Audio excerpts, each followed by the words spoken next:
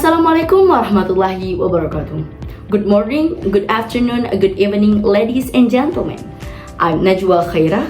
Today, I'd like to talk about consumption of fast food among Australian teenagers between 1975 and 2000, based on a line graph showing the trend pizza, fish and chips, and hamburgers over 25 years period. The presentation is divided into three main parts.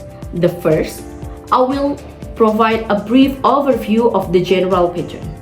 And the second, I will explain the trend of fish and chips as the most popular item.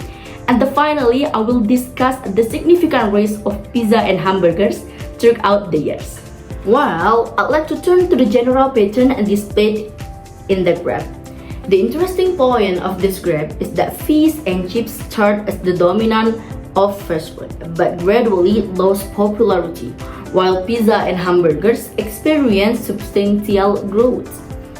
As you can see from the graph is that fish and chips were consumed around 100 times per year in 1975, which was far higher than both pizza and hamburgers at that time, with each being eaten only about 5 times annually.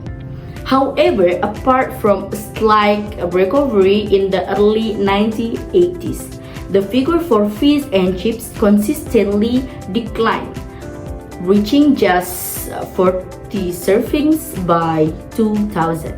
Alright, let's look at the other two types of fast food. The diagram indicates that pizza consumption arose steadily and overtook fish and chips in 1990s, before stabilizing between 1995 and 2000.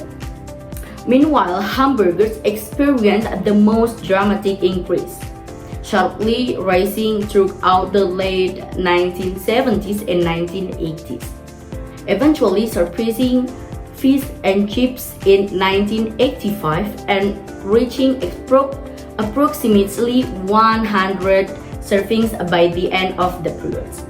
Overall, to summarize this speech, the popularity fish and chips steadily declined, while pizza and hamburgers increasingly favored among Australian teenagers.